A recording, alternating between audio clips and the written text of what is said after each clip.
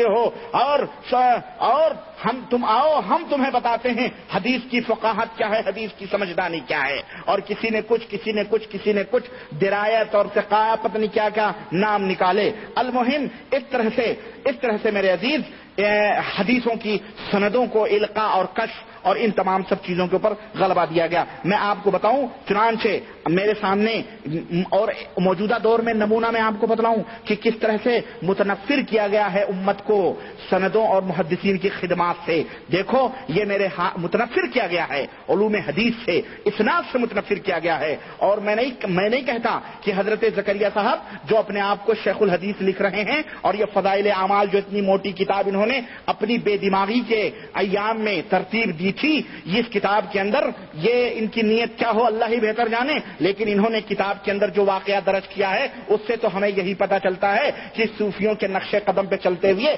زکریا صاحب نے، چونکہ ہندوستان کے اندر حق پسند لوگ بھی تھے اس لیے بچتے ہوئے اور تاکہ ان کے اوپر اور زیادہ فتنے نہ کھڑے ہوں، بچتے ہوئے انہوں نے دبے لفظوں میں بہت کچھ بیان کیا ہے۔ چنانچہ آپ کو میں بتاؤں صفحہ نمبر فضائل ذکر اور صفحہ نمبر 35 فضائل ذکر صفحہ نمبر 35 اٹھا کر کے دیکھیں، حضرت زکریا صاحب کتنے دبے لفظوں میں محدثین کا مذاق اڑا رہے ہیں اور بزرگوں کے واقعات ذکر کر کے کس طرح سے اس کا تمسخر اڑا رہے ہیں۔ کہتے ہیں عبدالعزیز دباغ جو تھے، شیخ عبدالعزیز دباغ، یہ دیکھیں صفحہ نمبر 35 کے اندر کہتے ہیں شیخ عبدالعزیز دباغ رحمت اللہ علیہ ابھی قریب ہی زمانے میں ایک بزرگ گزرے ہیں جو بالکل امی تھے۔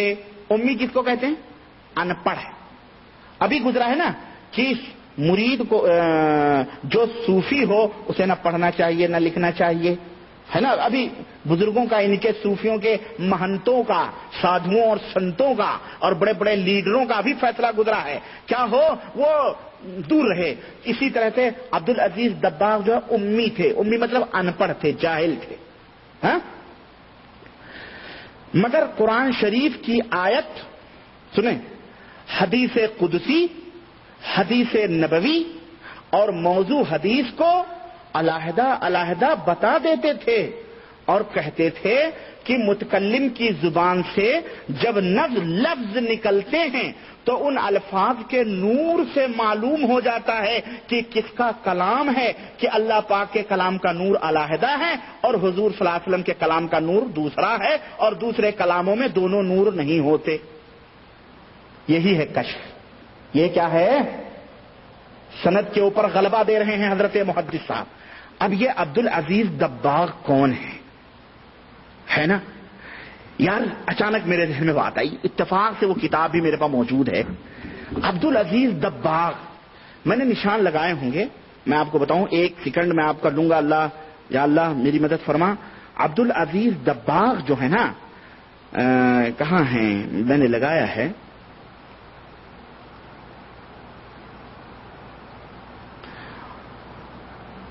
سبحان اللہ، اللهم صل على محمد وعلى آل محمد كما صليت على إبراهيم وعلى آل إبراهيم إنك حميد مجيد، اللهم بارك على محمد وعلى آل محمد۔ اولیاء حاضر و ناظر ہیں۔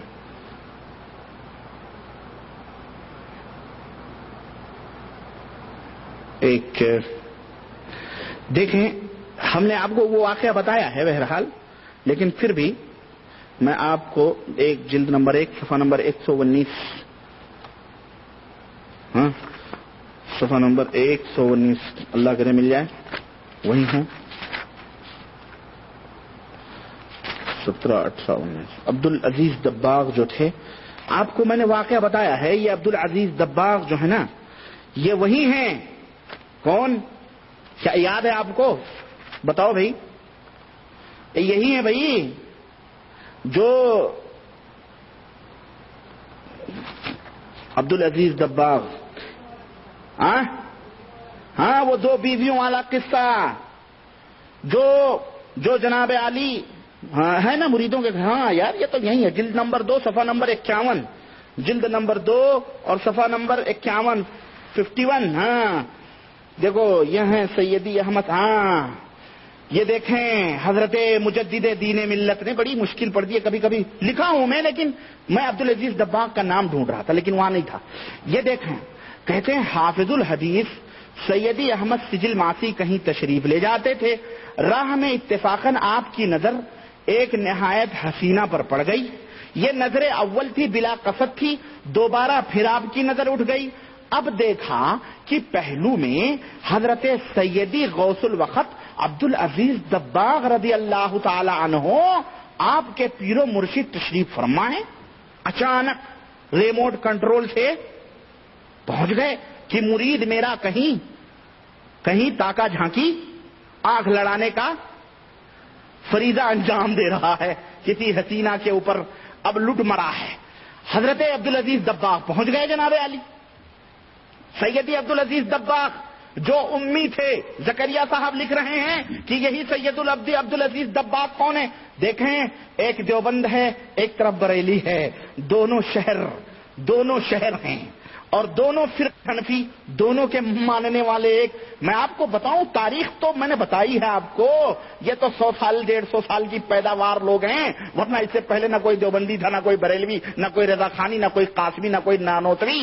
یہ تو آج کی پیداوار ہیں. یہ دونوں ایک تھے لیکن کچھ ایک تھا شیخ گھرانہ، مشائخ کاندھلا کا گھرانہ، اور احمد رضا خان پٹھانوں کا گھرانہ. خان اور شیخ میں نہیں پٹی، شیخ کھچوے کو دھوکہ دینے والے اور پٹھان جیسا احمق آدمی جس کی کہانی بھی موجود ہے. بہرحال تو دونوں میں نہیں پٹی، دونوں نے الگ الگ کر لیے، اس کو مذہبی رنگ دے دیا اور ایک دیوبند کہلائے جانے لگے اور ایک کیا کہلائے جانے لگے؟ بریلی کہلائے جانے لگے. لیکن دیکھیں سیم واقعہ یہاں پر زکریا صاحب لکھ رہے ہیں، وہ امی تھے، ان پڑھ تھے، لیکن وہ کشف سے نعوذ باللہ حدیث کے ضعیف ہونے صحیح ہونے سب کا پتہ لگا لیا کرتے تھے. محدثین کیا خاک چھانتے تھے؟ شیخ امام بخاری رحمت اللہ علیہ، امام ترمذی رحمت اللہ علیہ، امام نسائی اور وہ چوٹی کے محدثین جنہوں نے ایک ایک حدیثوں کی حفاظت کے لیے مہینوں کا سفر کیا، انہیں تو یہ علم حاصل نہ ہو سکا، صحابہ کو یہ علم حاصل نہ ہو سکا، حضرت عمر فاروق اعظم کو یہ علم حاصل نہ ہو سکا. حضرت ابو سعید خدری دروازے پہ دستک دے رہے ہیں، 3 دفعہ کہا سلام علیکم سلام علیکم سلام علیکم، واپس چلے گئے. حضرت عمر بن خطاب نکلے، کہنے لگے اندر کیوں نہیں آئے؟ کہنے لگے ہمارے نبی نے فرمایا 3 دفعہ سلام کرو، جواب ملے اندر جاؤ نہیں تو نہ جاؤ. کہنے لگے یہ حدیث کا ثبوت لا کے پیش کر، گواہ لا کر کے پیش کر، تب تو ہم مانیں گے، ورنہ تیری پیٹھ ہم سرخ کر دیں گے درے سے مار کر. ابو سعید خدری تو گواہی لائیں. حضرت عمر کو پتہ نہ چلے اس نور کا، حضرت عمر کو اس نور کے ذریعے بولو پتہ نہ چلے کہ یہ نبی کی حدیث ہے یا ابو سعید خدری نے اپنے مرضی سے بنائی ہے. اور یہ عبدالعزیز دباغ جو ان پڑھ تھے، انہیں نور کے ذریعے سب کچھ پتہ چل رہا ہے. تو محدثین کی خدمات کا مذاق نہیں ہے تو کیا ہے؟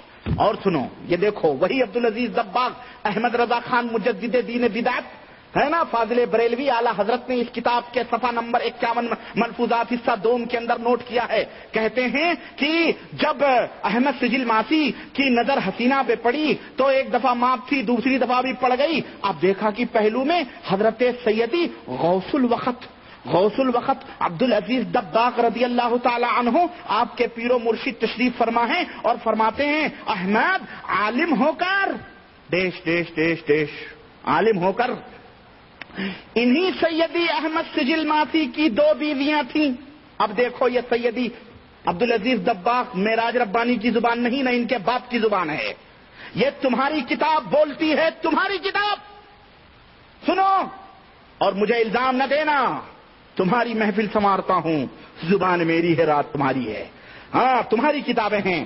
یہی سیدی احمد سجل ماسی کی 2 بیویاں تھیں. سیدی عبدالعزیز دباغ رضی اللہ تعالیٰ عنہ نے فرمایا یہ نور سے حدیثوں کا مشاہدہ کرنے والا بزرگ دیکھو کیا کر رہا ہے. فرمایا رات کو تم نے ایک بیوی کے جاگتے ہوئے دوسری سے ہم بستری کی، یہ نہیں چاہیے. عرض کیا حضور وہ اس وقت سوتی تھی؟ فرمایا سوتی نہ تھی، سوتے میں جان ڈالی تھی. عرض کیا حضور کو کس طرح علم ہوا؟ فرمایا وہ سو رہی تھی، کوئی اور پلنگ بھی تھا؟ عرض کیا ہاں ایک پلنگ خالی تھا. فرمایا اس پر میں بیٹھا ہوا تھا، اس پر میں بیٹھا ہوا تھا تو کسی وقت شیخ مرید سے جدا نہیں ہوتا ہے.